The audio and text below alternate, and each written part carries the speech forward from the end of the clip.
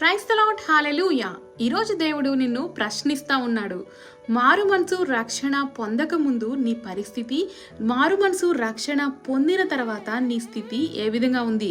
రెండూ ఒకే విధంగా ఉన్నాయా? లేదా నీ జీవితంలో నీవేదైనా మార్పు చూస్తున్నావా? నీలో నూతన స్వభావం కనిపిస్తుందా అని దేవుడు నిన్ను ప్రశ్నిస్తా ఉన్నాడు. దేవుడు నీకు చెప్తున్న మాట, 1 యోహాను 3:9 దేవుని మూలముగా పుట్టిన ప్రతి వానిలో ఆయన బీజము నిలుచును గనుక వాడు పాపము చేయుడు. నీవు నీటి మూలంగాను ఆత్మ మూలంగాను బాప్తిసం పొందినప్పుడు దేవుని బీజము నీలో నిలిచి ఉంటుంది. పరిశుద్ధాత్మ దేవుడు నీకు నూతన స్వభావాన్ని కలుగచేస్తాడు. నీవు మునుపటి వలె పాపములో కొనసాగలేవు గాని నీకు పాపం చేయాలనిపించినప్పుడు పరిశుద్ధాత్మ దేవుడు నిన్ను గద్దిస్తాడు, నీకు అపరాధ పావనను కలుగచేస్తాడు. అయితే నీవు ఆత్మకి లోబడుతున్నావా? లోబడితే నిన్ను ఆయన సర్వ సత్యములోనికి నడిపిస్తారు.